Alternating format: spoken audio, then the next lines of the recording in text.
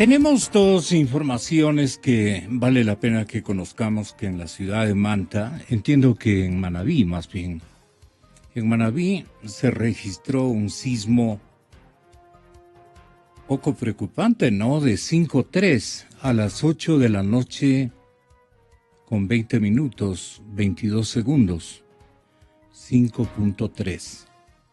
No han habido hasta este momento ningún otro... ¿Perdón? Ya. Sí. Aquí está, uno de 3.9, cerquita 4. 3.9. Esto está en Rocafuerte, en la misma provincia de Manabí. Pero el sismo de la noche, de las 20 horas, que todos estábamos en la ciudad de Quito, digamos ya en casa y otros en retorno al domicilio, no habíamos sentido la mayor parte, por lo menos esto pudimos apreciar en toda la familia. Era medio extraño, ¿no? Porque 5.3 es para sentirlo especialmente en las familias que vivimos en pisos altos, 5.3.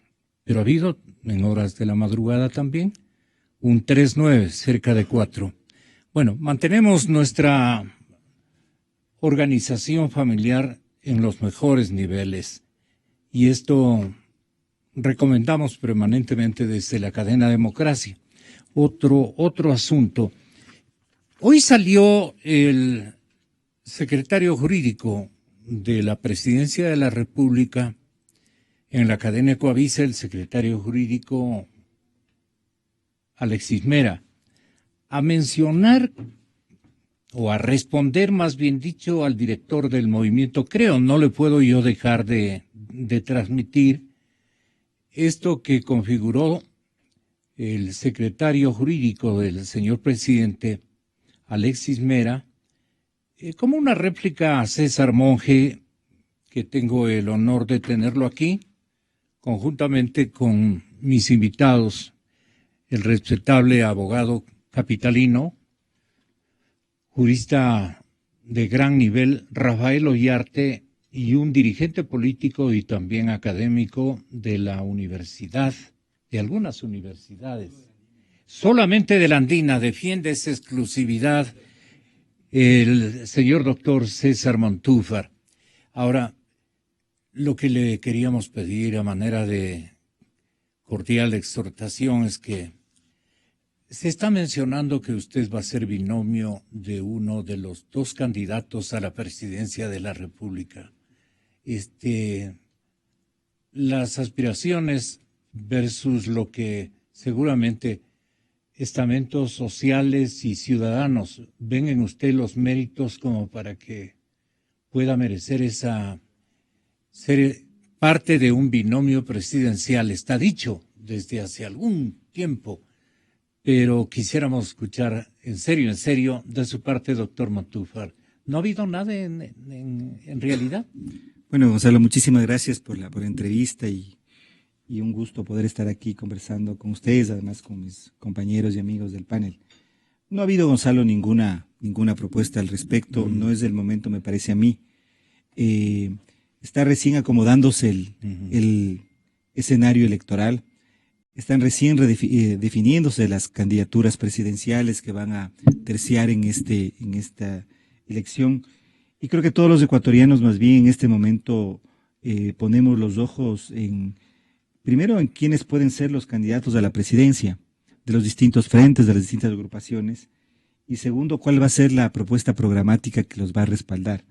Concertación, que yo soy el presidente del movimiento Concertación, ha venido trabajando en la línea de la unidad, la línea de articulación de distintos sectores de una manera pluralista, conversando con varios de esos sectores, con el Acuerdo Nacional por el Cambio, con Compromiso Ecuador y Creo, con el sector de la unidad que lo lidera el abogado Nebot, precisamente en la perspectiva de encontrar esos canales, esos puentes que nos permitan afrontar, ojalá con la mayor fortaleza, una corriente política democrática pluralista para vencer al correísmo y sobre todo crear las condiciones de construcción del postcorreísmo. Pero respondiendo directamente a su pregunta, mi estimado Gonzalo, no ha habido ninguna propuesta al respecto, no ha habido ni siquiera ninguna conversación al respecto, y nosotros nos mantenemos trabajando en la línea que siempre hemos trabajado. César Montúfar, líder de Concertación, no obstante, apareció ayer, dice una crónica de Diario Expreso de este día miércoles, en un sorpresivo diálogo con el alcalde Jaime Nebot. Todo refería a estos intentos de construir un frente que nunca va a ser negociada, la candidatura presidencial del señor Lasso. Tal vez la del Partido Social Cristiano. ¿Cómo usted evaluó esa circunstancia? No es sorpresiva la conversación que tuvimos con el abogado Nebot el día viernes pasado. ¿Lo planificaron hace cuántos días? Siempre hemos estado conversando. Hemos tenido una conversación regular, igual que con César Monge, con Guillermo Lasso de Compromiso Ecuador y Creo, igual con los líderes del Acuerdo Nacional por el Cambio. Concertación tiene una vocación de diálogo. Un político, y más aún el presidente de un movimiento político, tiene la obligación de conversar, de discutir, de dialogar, de encontrar o buscar los espacios de coincidencia. ¿Qué busca tras la plática? Le dirán muchos de los compatriotas que le escuchan. Bueno, nosotros hace 4 meses, presentamos al país un programa de transición a la democracia. Este es quizá uno de los intentos, yo diría, más consolidados, más desarrollados, de constituir un plan de gobierno, una agenda legislativa, una propuesta de reforma constitucional, un plan económico anticrisis. Y el momento que hicimos pública nuestro plan de transición a la democracia, así se llama este documento, que también tuve el honor de entregarle a usted, mi estimado Gonzalo, precisamente dijimos que nuestra intención era entonces, a partir de ese documento, realizar con todas las fuerzas políticas de la oposición un debate de programa, al mismo tiempo que nos conduzca hacia la consolidación, hacia la conformación de un gran frente electoral para afrontar las elecciones del 17. Ese ha sido el sentido de nuestra conversación. Lo vamos a seguir haciendo. Evidentemente ya llega el momento de definiciones, claro. Y Concertación, luego de un análisis de todas las conversaciones que hemos tenido, tomará una decisión de participar. Y lo que sí digo, Gonzalo, y le agradezco mucho por esta oportunidad, con mucha frontalidad. Nosotros somos una organización registrada a nivel nacional, pequeña, sólida, pero con una gran perspectiva. Y vamos a hacer una participación y coherencia política. Hemos estado en la oposición desde el inicio del correísmo. Y vamos a hacer una participación por la obligación ética y política que tenemos, no simbólica, no testimonial. Yo creo que en este momento está en juego el futuro del país y todos los ecuatorianos tenemos que participar en función de verdaderamente aportar a la transformación que el Ecuador requiere en este ciclo político nuevo que se abrirá luego del fin del correísmo. Bueno, y hay otra pregunta que tengo obligación de elaborarle a manera de consulta coyuntural, y es que, bueno, pues César Monge, aquí presente, muchas gracias por haber aceptado. No, usted. Ya le dijo claramente a la colectividad nacional y le dijo, entiendo que al señor presidente de la República, por eso es que el presidente no le responde y más bien le pone a don Alexis para que le replique esta mañana. Es una mentira sostener de que el presidente va a hacer campaña. El presidente puede hacer campaña. Por favor, no nos perdamos la perspectiva. Usted lo vio el otro día, el señor Obama, con la señora Hillary ahí apoyándola en una marcha. Lo que ha hecho el presidente, que es muy delicado en estas cosas y respetuoso de las reglas y de las prohibiciones, él hace campaña pasada a las 5 de la tarde, porque tiene que trabajar de 8 a 5, y sale en carros particulares. Precisamente para no utilizar fondos públicos. Lo único que hay que utilizar es la seguridad, porque obviamente... ¿Y la propaganda gubernamental? La propaganda no se debe usar para la campaña electoral, eso debe ser controlado. Nosotros vamos a estar susceptibles de todo tipo de revisión. Pero le repito, el gobierno es buen candidato porque es buen gobierno. Cuando si fuera mal gobierno no va a pasar a nada en este país, todo el mundo quisiera deshacerse del gobierno. Exa FM. Previamente, ¿qué es lo que usted le dijo, César? Bienvenido, muy buenos días. Gonzalo, buenos días a mi tocayo y a todos los amigos que escuchan la radio, también a los amigos que estamos aquí en el panel, y gracias por esta oportunidad. Es verdad, recién caigo en cuenta, ¿no? Correa ha mandado a Alexis Mera a contestarme, lo cual, digamos, cada uno sabe a quién envía a contestar qué. El problema es cuando el cinismo y la mentira se vuelven parte de una respuesta. Yo lo primero que quisiera decir es que el señor Alexis Mera sale hoy en la televisión diciendo que yo he mentido con respecto a dos temas específicos. Primero, yo dije que la gallada correísta aparecía en los Panama Papers. Cuando hablo de la gallada correísta, me refiero a los funcionarios o a la gente que lo rodea al presidente Correa. Y el señor Alexis Mera dice que yo miento. Así que aquí solamente la prueba de que no estoy mintiendo. Galo Chiriboga, tío del señor Correa, aparece en los Panama Papers. Alex Bravo, gerente de Petroecuador o ex gerente de Petroecuador en los Panama Papers. Danilo Moreno, gerente de Flopec en los Panama Papers. Pedro Merizalde, actual gerente de Petroecuador en los Panama Papers. Galo Enríquez. No es el ñaño de la FAE, ¿no? Ñaño del de la FAE. La verdad es que yo no conozco la familia del señor Merizalde. El señor general. No lo conozco. Es hermano. Galo Enríquez, embajador del Ecuador en Panamá, Merizalde. Embajador del correísmo en los Panama Papers. Entonces, si el señor Alexis Mera dice que yo miento, entonces que explique todos estos nombres que son parte de la gallada correísta y que aparecen en esta investigación, lo cual demuestra que el correísmo no tiene cara, Gonzalo, para hablar ni de ética ni de moral. Y la otra cosa que dice el señor Alexis Mera, que dice que yo miento, que yo públicamente salí a decir que lo que está tratando de hacer el correísmo es poner en un mismo saco de alacranes a quien legítimamente invierte en un país extranjero, y ayer daba ejemplos, por ejemplo, de la empresa Marathon, que tiene tiendas e inversiones en el Ecuador, pero también tiene tiendas e inversiones en Latinoamérica. Y yo me pregunto si eso es amoral. Yo, cuando voy a otro país y veo una tienda de Marathon, me da orgullo, porque digo, esa es la bandera ecuatoriana, ¿no, verdad? Entonces, eso para Correa... Es marca nacional. Eso es marca nacional. Eso para Correa es una amoralidad, inmoralidad, como quiera llamarlo.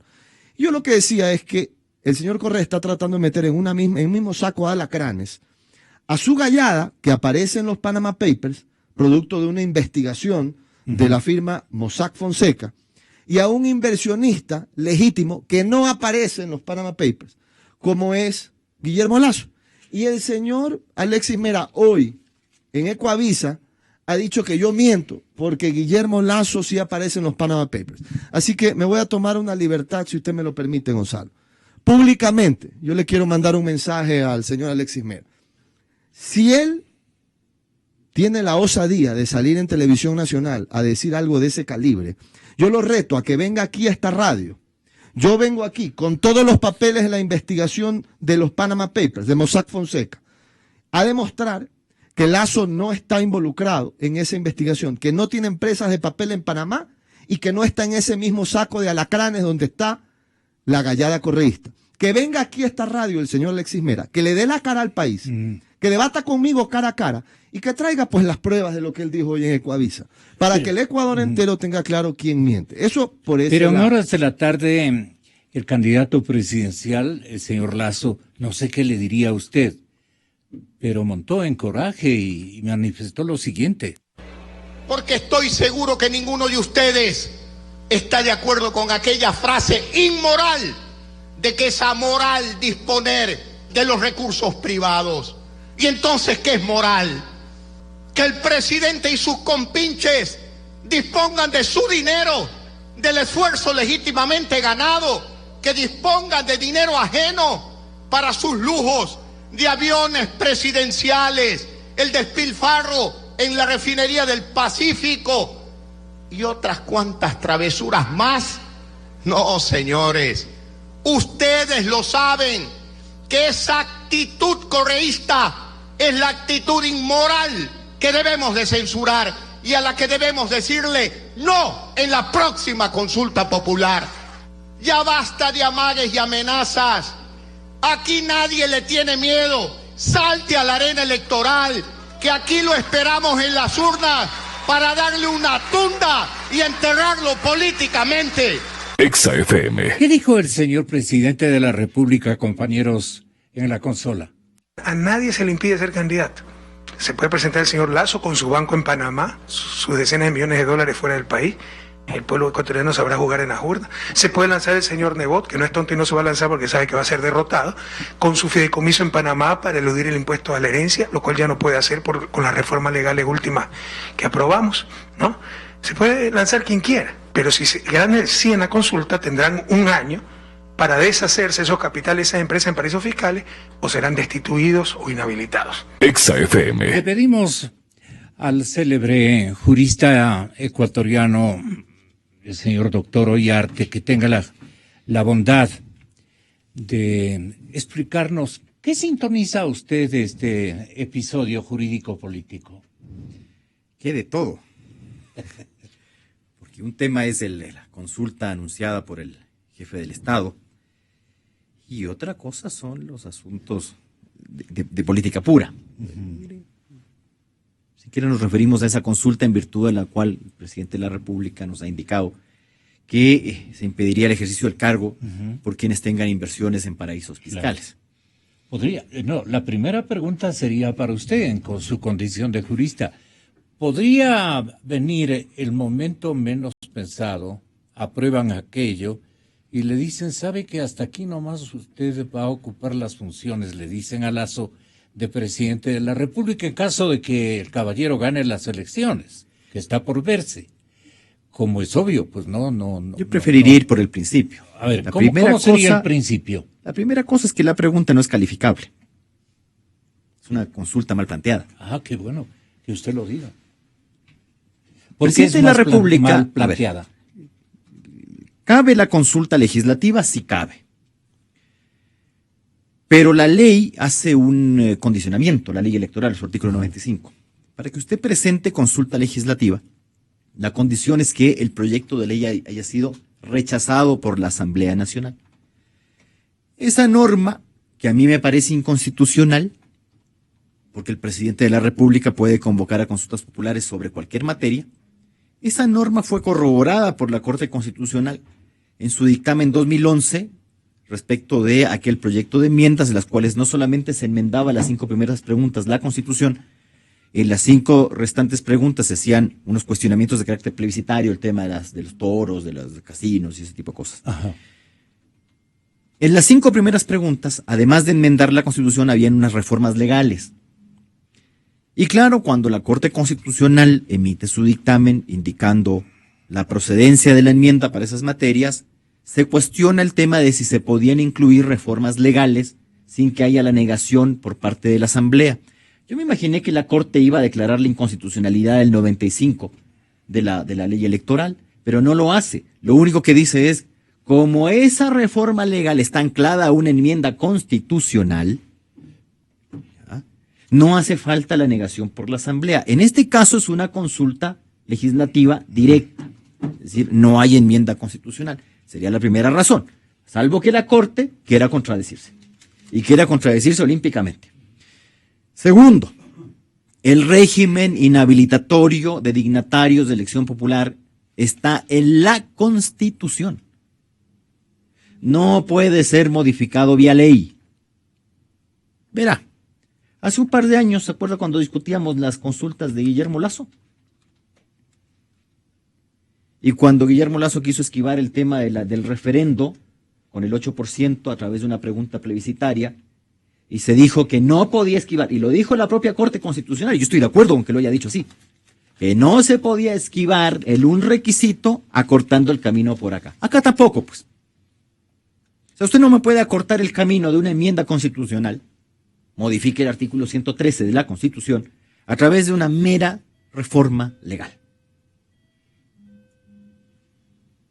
Tercero, incluso la propuesta de enmienda aunque fuera enmienda constitucional, usted me la quisiera poner en la Constitución el tema de las inversiones en paraísos fiscales.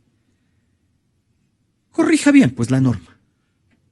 Nosotros, hoy día, si es que usted es condenado hoy por evasión tributaria o por lavado de activos, ¿está inhabilitado?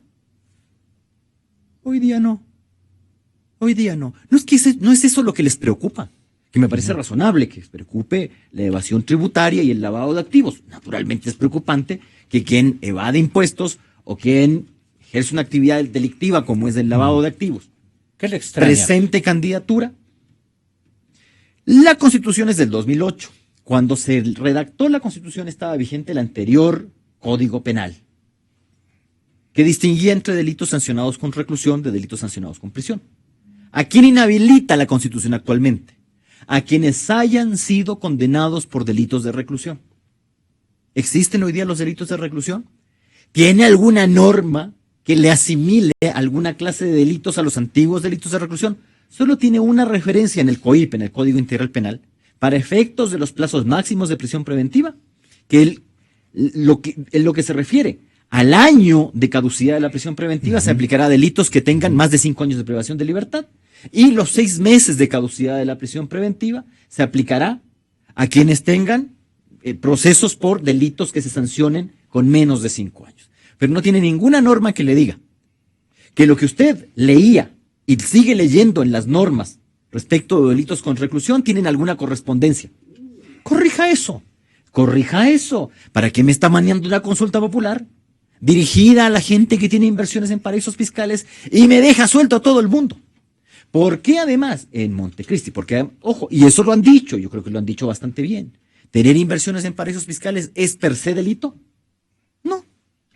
Entonces usted me está diciendo que si alguien tiene inversión en algo que yo llamo paraíso fiscal, está inhabilitado para ejercer dignidad de elección popular.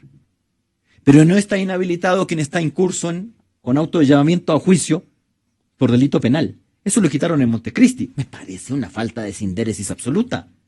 Es decir, para un caso en el cual uno diría, oiga, se trata de la inscripción de una candidatura, pues o sea, lo mínimo que yo aspiro es que el señor no tenga auto de llamamiento a juicio por un delito sancionado con reclusión según el antiguo Código Penal y según la actual Constitución. Eso lo quitaron.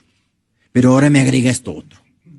Y me deja suelto un montón de gente que puede tener sentencia condenatoria a partir del COIP. No digo que quien esté cumpliendo la sentencia condenatoria, porque si está cumpliendo la sentencia condenatoria no está en ejercicio de los derechos políticos y por lo tanto no puede presentar candidatura. Me refiero a quien fue condenado y cumplió la condena, que es lo que inhabilita el artículo 113, número 2. Si queremos ir por el lado de la transparencia, corrija bien, corrijan la Constitución. Entonces, si quiere hacer esto, hágalo por vía de enmienda constitucional, si no le cuesta nada. Si, total, puede presentar la iniciativa, la Corte igual le va a calificar. ¿Por qué seguramente no lo hace, doctor Montúfar, el señor presidente de la República? A él le correspondería. Porque me parece que más allá de la brillante explicación jurídica que Rafael en esta mañana nos ha dispensado, Nos ha proveído. aquí hay una racionalidad política que es la que está detrás y es la que tenemos quizá que analizar y concentrar el pensamiento. ¿Hay en la política racionalidades? Pues tiene que haber racionalidades, imagínense si no fuera... Maquiavelo dice que la política es... El arte de la política es poner racionalidad en el caos, y eso es lo que un político de una u otra manera debería hacer. Debería, porque no siempre lo hacemos, hablando en primera persona. Lamentablemente. Pero me parece que el tema aquí es fundamentalmente político, y yo creo que tiene dos ribetes. Yo creo que el primero tiene que ver con la, diría, sequía, el agotamiento, el vaciamiento de la capacidad del gobierno de Correa, y comenzando por él mismo, de generar propuestas, de generar en este momento noticias realmente pertinentes e importantes sobre lo que le interesa a los ecuatorianos, lo que nos interesa a los ecuatorianos. Si uno se pone a mirar y ve el contenido de esta consulta, uno dice, ¿realmente de qué nos están hablando? Ahí está el problema del país. Está el problema del país en que un grupo de ecuatorianos, porque tienen recursos, inviertan en otros países y lo hagan legalmente. ¿Dónde está? Es el tema de discusión nacional que hoy nos tiene que entretener a los ecuatorianos y ecuatorianas que estamos agobiados por el desempleo, por la inseguridad, porque la pobreza está subiendo, porque el índice o sea, todos los indicadores sociales del Ecuador se están deteriorando. El país está en una crisis profunda. Y el señor Correa nos dice que el problema del país es que ciertas personas están invirtiendo en lo que él denomina paraísos fiscales, que además es una actividad legal. ¿Usted cree que es un chiste de mal gusto de parte del mandatario? Me parece que expresa la pobreza conceptual, doctrinaria en la que ha caído la Revolución Ciudadana. La decadencia programática de la Revolución Ciudadana. Eso expresa. Pero en segundo lugar hay una intencionalidad electoral. Pero otro jurista racional le hace juego y sale a la televisión. Sí, porque el señor siempre, Alexis bueno, Mera. pero él tiene esa obligación, él es el secretario jurídico de la presidencia. Pero ya le van a nombrar contralor. Pero ahí viene el problema, me parece, ahí viene el problema, me parece a mí, en el segundo ribete al que yo quiero hacer referencia. Es el que tiene que ver con algo que César hace un momento mencionaba y que me parece que es absolutamente directo y oportuno. Aquí el problema, no solamente ético y políticos, sino también de país, de Estado, es que el fiscal del Estado, el señor Galo Chiriboga, que es quien tiene que llevar adelante las investigaciones, porque si es que detrás de esos paraísos fiscales hay lavado de activos, recursos que son de proveniencia ilegal, y eso además tiene una connotación internacional, porque estamos hablando de un escándalo internacional. Si hay una persona enfermo, exactamente, si hay una persona que tiene que llevar adelante las investigaciones internamente y contribuir y colaborar con las autoridades judiciales de otros países para esclarecer si aquí no hay la comisión de delitos, es el fiscal del Estado. Y este no es un problema de delicadeza personal, es un problema de Estado, que el fiscal general del Estado ecuatoriano esté involucrado.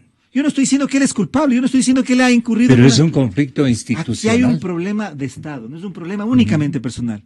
Y el señor Chiriboga debería renunciar, y la principal preocupación del jefe del Estado ecuatoriano debería ser cómo el fiscal del Estado ecuatoriano, el fiscal general de la Nación, está inmerso en este problema, por lo tanto pierde autoridad, pierde la probidad, pierde el sentido de imparcialidad que es absolutamente necesario para que cumpla. Pero eso no le corresponde al señor presidente. Pero esa sí debería ser. El nominador es el Parlamento. Claro, aquí la responsabilidad es de la Asamblea, que debió iniciar ya un juicio político para destituir al fiscal. Pero si es que no están tan preocupados, como parece que el presidente, al punto de que Lance incluso propone una consulta popular sobre el tema, esa debería ser su preocupación, y al menos debe haber un exhorto diciendo al señor fiscal, renuncie, porque en realidad aquí hay un conflicto de interés que compromete al Estado ecuatoriano. Aquí estamos hablando de un asunto de Estado. Entonces yo creo que esos dos temas, Gonzalo, son los temas importantes, y creo yo que, de todas formas, el Ecuador y los ecuatorianos en este momento ya no nos comemos de este cuento. El presidente Correa nos ha lanzado un distractor. Señor presidente, esos no son los problemas del país. Con esta consulta no se resuelve ningún problema que agobia en este momento a millones de familias ecuatorianas. Y si a usted tanto le preocupan los paraísos fiscales y que a través de los paraísos fiscales no se cometan delitos, entonces exhorte al fiscal general del Estado ecuatoriano a que renuncie, y exhorte a sus asambleístas en la Asamblea Nacional que lo fiscalicen, que inicien un juicio político y lo destituyan. César Monge, desde el lado político y desde el lado jurídico, ¿cuál es su parecer a esta hora del partido? Mira, un poco adicionando a lo que menciona César Montúfar, aquí también es evidente que hay, o se configuran acciones que son evidentes y muy claras. Primero, el minuto que toda esta retafila de funcionarios relacionados al correísmo aparecen en los Panama Papers, contradiciendo de alguna manera esto que el gobierno quiere vendernos y que ya nadie cree, que se trata de un gobierno de manos limpias y etcétera, etcétera. Entonces, este proceso de consulta popular es una buena manera de tirarle tierra a esta realidad que descubrimos gracias a esta investigación periodística. Pero yo iría más allá, César, porque tú tienes razón en el sentido de decir, oye, pero esto del fiscal no tiene sentido. ¿Por qué Correa no dice pío sobre esto? Claro, alguna gente dirá, y Gonzalo lo acaba de mencionar aquí, bueno, pero eso no les corresponde. Pero hay algo que sí puede hacer, pues. ¿No ve que cuando descubrimos que el gerente de Petroecuador, que hoy está preso, un señor que vendía edredones y luego por sus manos pasaron millones de dólares, cuando se descubrió que él estaba también en los Panama Papers. Primero el señor Correa dijo que no lo conocía, lo cual nadie en el país se lo creyó, y luego dijo que lo había sacado del cargo porque aparecía en los Panama Papers. Y entonces, si lo del fiscal él no lo puede hacer porque no le compete y lo que fuese, ¿cómo así el señor Pedro Merizalde, que es el gerente actual de Petroecuador, que está involucrado en este tema de los Panama Papers, sigue siendo el gerente de Petroecuador? Si es verdad Pero, lo que decía Correa, ¿por qué no lo vota el señor? Pero no le ha usado el papelito, dice, el paper. Vea, el señor Merizalde sale en una rueda de prensa, dice 4 cosas y a los medios le dice, yo no les contesto ninguna pregunta, coge y se va. Eso ya denota claramente qué es lo que está pasando aquí. Pero este tema... No es una disculpa en todo caso, no ha intentado poseer un papel nadie dice nada sobre y organizar este tema. una empresa, porque de lo contrario ningún loco va a pedir en Panamá un papel. Absolutamente. Si no lo va a llenar. Pero vea, más allá de esto, esto sí es muy importante. Con esto que estamos poniendo aquí sobre la mesa, lo que dice César Montúfar, lo que estamos hablando de sus colaboradores, a los cuales sí los puede remover si es que él verdaderamente cree que el hecho de que alguien tenga una empresa de papel en Panamá es una moralidad. Y debería entonces sacarlo, removerlo del cargo, lo cual no lo hace. El tema es que este no es un tema de moral o de ética, eso no es el tema. Le importa un rábano a Correa la moral o la ética, porque si no lo hubiera sacado, pues, a su gerente de Petroecuador. Aquí lo que se trata, y es evidente, es que el señor Correa quiere ser un actor político en las próximas elecciones. Y él sabe que si hay una consulta popular, él va a tener los espacios, entre comillas, para promover esa consulta y va a participar como un actor directo en las próximas elecciones. Y por eso es que Lazo ahorita en esa intervención, y hace pocos días yo en Ecuavisa le decía, señor Correa, déjese de amagues.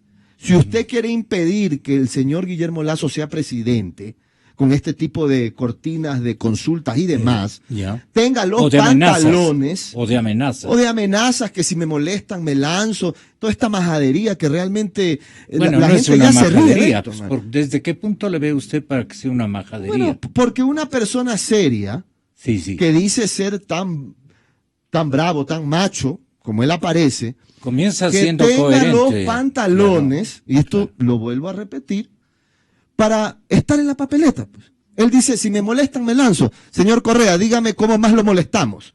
Métase a la cancha electoral, póngase en la papeleta, no se esconda detrás de una consulta para ser un actor político. No haga lo que hizo aquí en Quito, pues, es que le amenaza usaba la que le va a dar sabatina una tunda. para hacerle barras a su candidato que luego perdió. Es que su Póngase candidato, en la papeleta. su candidato, el señor Lazo, le dice, si usted se mete en la coyuntura, véngase porque le vamos a dar una tunda en votos. Bueno, si el señor... Le ha de dar miedo al presidente. Si el que señor no se anima. Correa, después de esa declaración, se mantiene escondido y agazapado, querrá decir que Lazo tenía razón.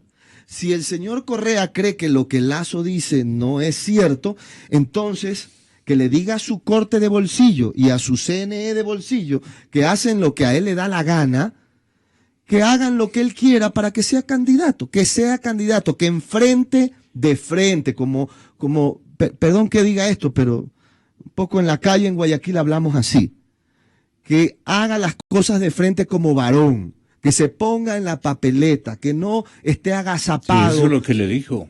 Y que el pueblo ecuatoriano decida qué quiere. Más de lo mismo, más de ese continuismo, más de este doble discurso donde su gallada aparece en los Panama Papers y él habla de moralidad.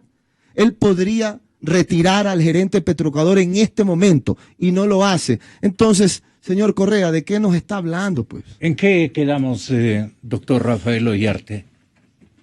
Verá, el problema de todo esto es que la política no debe estar sobre el derecho. Si usted me pone a la política sobre el derecho, terminamos haciendo lo que cada uno cree que deben ser las cosas y sometemos todo un régimen de inseguridad incomparable. ¿Por qué ¿Por qué el presidente Correa está planteando una pregunta plebiscitaria y no una de referendo? ¿Por qué no plantea el texto concreto de reforma legal? Por último, si es que cree que a través de reforma legal se puede hacer esto. Claro, la pregunta plebiscitaria no tiene un contenido concreto y por lo tanto el día de mañana a la Asamblea le tocará fabricar la norma. Y si no la fabrica como cree el presidente de la República que debe fabricarla, en ese momento, naturalmente, a lo que le guste, pues podrá ir a la Corte Constitucional a que le diga que está mal hecha la norma en constitucionalidad por omisión o constitucionalidad por acción relativa. Cuando uno, como elector, va a una consulta popular, lo mínimo que exige como ciudadano es que lo que le estén preguntando esté claro, para que el día de mañana el sí o el no sirva de algo. Ya nos han hecho preguntas plebiscitarias que luego fueron desfiguradas por las legislaturas. 1994, cuando a la gente se le preguntó si le gustaba la reelección indefinida, la gente dijo sí. ¿Qué dijo el Congreso? Sí para todos los cargos, presidente y vicepresidente que pase un periodo. Ahí no valió nada el tema de la mayoría. Año 1997. Pero que ni siquiera estoy hablando de este régimen, ¿no? Vamos a consulta. ¿Quiere que haya revocatoria de mandato para toda dignidad de elección popular? Sí. Congreso, hay revocatoria de mandato para alcaldes, prefectos y diputados. ¿Y el resto? Entonces el problema de la pregunta plebiscitaria es que el político te pregunta y luego hace lo que él a bien tiene. Entonces por lo menos en eso frontalidad. Porque incluso con la costumbre iberoamericana de que la ley al enemigo se le aplica y se le aplica con rigor, pero al amigo se le interpreta, pues. Claro. Y de ahí viene el doble rasero, pues. Está bueno eso.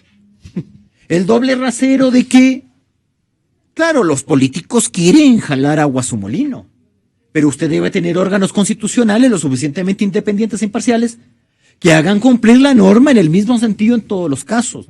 ¿Cómo es posible que para un caso una editorial de una revista es propaganda y para otro caso una sabatina antes de una elección municipal no es propaganda? Así dice.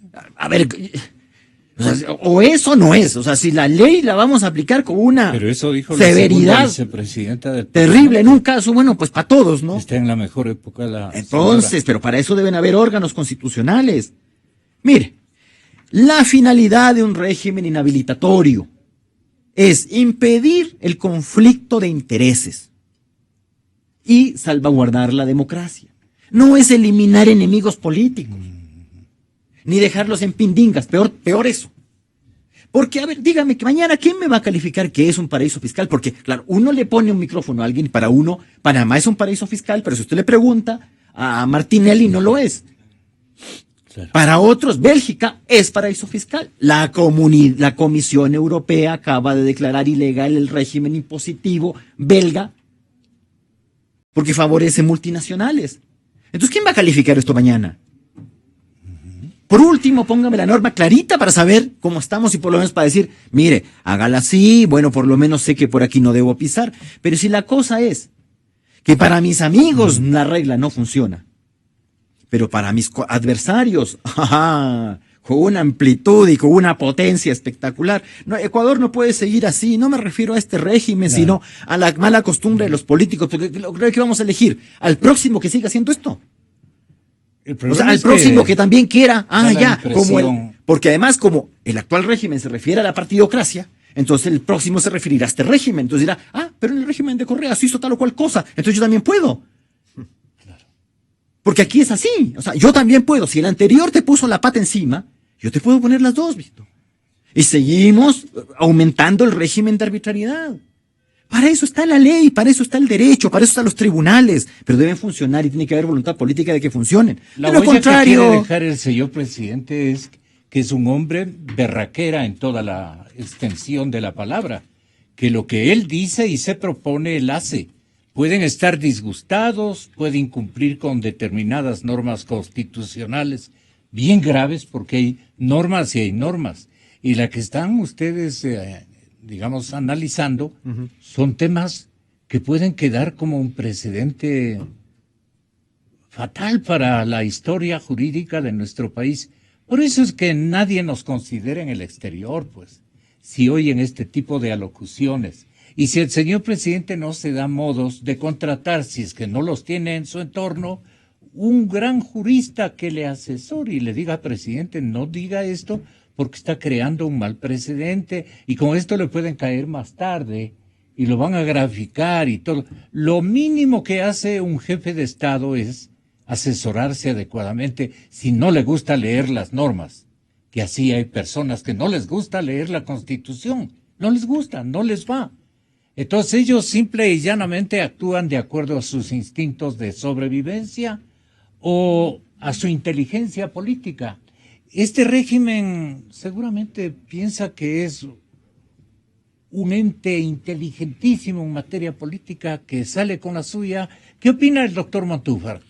Mire, Gonzalo, yo quisiera antes de ir a lo que usted acaba de mencionar, retomar algo que Rafael acaba de decir, porque me parece a mí que es fundamental, es de fondo. El presidente ha llamado a un pacto ético alrededor de ese tema de los Panama Papers, etcétera, etcétera, paraísos fiscales. Pero yo sí creo que la clase política ecuatoriana, ahora que terminamos un ciclo y que iniciamos otro, debería plantearse, sí, un pacto ético en otra dirección. En otra dirección. Y aquí yo hablo en primera persona porque soy político activo, presidente de una organización política. Y ese pacto es muy sencillo. Y tendría que ver con el compromiso de que en el Ecuador, de aquí en adelante, el derecho, la Constitución, las leyes no pueden ser instrumentos de la política coyuntural. Yo creo que ese solo cambio, esa sola cambio de actitud, esa sola posición política, ética de quienes hacemos política y de quienes pretendemos ejercer el poder desde distintos ámbitos, sería suficiente para transformar la política ecuatoriana y consolidar un Estado de Derecho. Casi le diría que no sería ni siquiera necesario reformar tantas leyes ni hacer una reforma tan profunda a la Constitución, si solo los políticos cambiáramos y nos comprometiéramos política y éticamente a ese compromiso. Porque en el Ecuador creemos que el problema es cambiar las leyes, pero seguimos actuando de la misma manera. Y cuando uno actúa de la misma manera, así cambian las leyes, el resultado es el mismo. Entonces yo sí creo que aquí hay un pacto ético que tenemos que hacer. ¿No? Sí. Creo que sí, las normas pueden perfeccionarse, hay que trabajar normativamente, hay que hacer una reforma constitucional, hay que hacer una reforma legal. Nosotros hemos planteado toda una agenda legislativa que contiene 25 leyes a ser reformadas y hay muchas más.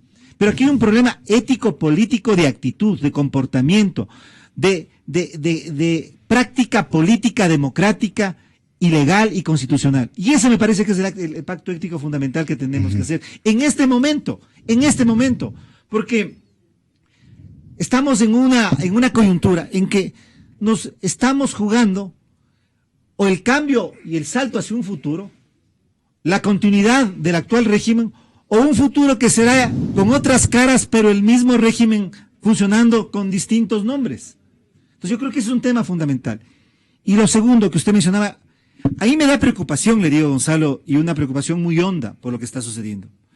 Porque veo, hay dos estrategias. Viene la estrategia del gobierno, y César Monge lo acaba de decir con muchísima claridad.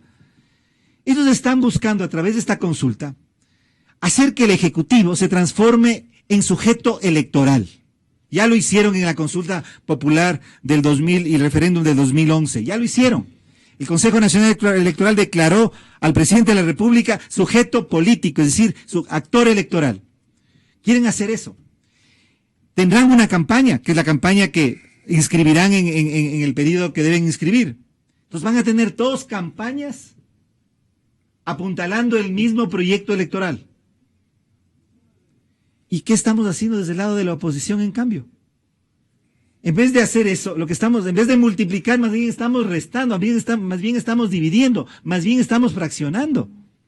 Entonces yo veo una estrategia muy clara de multiplicación de campañas electorales, de acción electoral, utilizando al Estado y utilizando al Ejecutivo como sujeto político, desde el lado del oficialismo, y nos veo a nosotros, a la oposición, fraccionándonos, dividiéndonos, restando. Eso sí me preocupa. Sí me pregunto, entonces, ¿qué nos está pasando? ¿Qué estamos haciendo? No es un asunto de dos estilos, sino de dos estrategias. Y aquí vemos dos estrategias distintas. Entonces, Eso. claro, este es un proyecto inviable. Este es un proyecto que ya perdió norte, que tiene una degeneración y una pobreza conceptual enorme. Degeneración. Pero es la palabra. cuidado, vuelven a reelegirse por los errores de la oposición, por nuestros errores políticos. Cuidado, tenemos un Maduro, como en Venezuela, que tiene que seguir, que gobierna, que no tiene idea de lo que tiene que hacer. ¿Por qué no se unen entonces, doctor Montúfar? Es que yo creo que estos hechos... ¿Por qué no se unen? Estos Que hechos, hay ese enorme adversario, enemigo terrible, digamos, como usted lo grafica, y hace bien en hacerlo. Es que estos hechos nos tienen que llevar a una reflexión profunda de lo que está sucediendo. Pero con en el escenario 34 candidatos que yo acabo de sumarles anoche. Mire, por eso es que, Gonzalo, yo digo aquí, esto es un tema muy preocupante. Y la reacción que Y usted le ha ofrecido también al abogado Neboda, aquí le ha sacado el diario Expreso. También tiene que tomar una decisión. Mire, Gonzalo, anoto yo un tema central de la campaña. Y un tema creo que fundamental en el momento en que se está armando la coyuntura electoral. Todavía hay tiempo. Yo creo que estos hechos nos tienen que llamar la atención sobre cómo la estrategia del gobierno es sumar y la estrategia de la oposición hasta este momento es solo restar. Cortito, César Monge. Sí. Tenga la bondad, lo que quiera decirnos finalmente. Mira, primero ¿En qué quedamos? ¿En qué quedamos? Primero que nada... ¿Qué nos recomendamos? Mencionar que uno no puede hacer pactos con gente que falta la ética. Entonces, gente con doble discurso que hace llamados a pactos éticos. Yo sí le pediría a la oposición que le ha dicho al señor Correa, acepto tu pacto ético. Un poquito reflexionemos. Es decir, tú le aceptas un llamado, un pacto ético a una persona que ha demostrado absolutamente falta de ética y de moral. Eso no tiene lugar. Pues. Yo creo que eso merece una reflexión. Por lo menos nosotros pactos con Correa no hacemos. Hacemos acuerdos con la ciudadanía, con los ecuatorianos que hoy se ven afectados y las familias hoy afectadas por esta pésima administración correísta que nos ha llevado a esta crisis económica, y en eso tiene toda la razón César. Lo que la gente quiere y desea es una propuesta alternativa que le ayude a poder sobrevivir mes a mes. Con relación a lo que tenemos que hacer con miras al proceso electoral, que evidentemente Correa va a terminar haciendo lo que le da la gana, porque todos los organismos de control se deben a él, y si él quiere ser actor político en las próximas elecciones, lo va a hacer. Mi única observación es que lo haga de frente y sin esconderse detrás de estas figuras, si es que realmente es tan bravo y tan cuco como dice ser. Y por lo demás, creo que hoy por hoy estamos haciendo un enorme esfuerzo de generar una alternativa de unidad ciudadana. Creo que Compromiso Ecuador, que hoy está compuesto por 114 organizaciones políticas, 24 de esos 114 son organizaciones políticas a niveles provinciales que están legalmente aprobados en el Consejo Nacional Electoral. Y en pocos días en Quito vamos a tener una nueva reunión de Compromiso Ecuador donde se van a unir 25 nuevos actores políticos, autoridades, más concejales, que barrios, alcaldes. Están reuniendo más comités. Bueno, ese es el trabajo de Creo, pero desde la plataforma Compromiso Ecuador, lo que estamos haciendo es generar un espacio de unidad nacional. Y hace pocos días, ustedes vieron aquí en la ciudad de Quito cómo nos sentamos a conversar con Suma, y estamos tratando de plantearle al Ecuador una alternativa programática y electoral frente al 2017. Un y lo que binomio dice, a dos listas. Lo que dice César es verdad, todavía hay tiempo, tenemos, yo creo que entre una buena cantidad de actores políticos tenemos buenas relaciones, y no descartemos que pueda haber un espacio incluso más amplio de trabajo conjunto para fines, no de conseguir un candidato único, porque yo creo que eso es imposible. ¿Usted está hablándonos tal vez es de un imposible. binomio Lazo-Celi? No, lo que estoy hablando es de una Porque propuesta... les cae ahí No, de el lo doctor Montúfar con Nebot Montúfar. Bueno, mi tocayo tendrá que tomar la mejor decisión que él estime conveniente, pero no necesariamente estoy hablando del binomio tal o el binomio cual. Yo de lo que estoy hablando es de tener la suficiente madurez para saber que la unidad involucra sacrificios e involucra ceder espacios y flexibilizarse para fines de plantear la mejor propuesta posible, y eso parte porque esa propuesta o esa alternativa pueda ganar las elecciones. Y yo creo que ahí habrá que hacer una conciencia de responsabilidad, y yo aspiro que los candidatos que realmente vean y esto lo decías tú, César, el otro día, de manera indirecta, pero yo te entendí tu mensaje. Montúfar lo que estaba diciendo es, oye, si no tienes chance, hermano, ¿para qué te lanzas de precandidato? O sea, hay un poquito aquí también de hacer un análisis personal, porque lo contrario es fragmentar en pedacitos de 2%, 3%, 4%, 1,5%, y honestamente eso no le sirve a nadie. Pero no, si yo usted quiere aclarar sobre el tema del pacto ético, yo quisiera recomendar, si me permite, una pequeña cuña.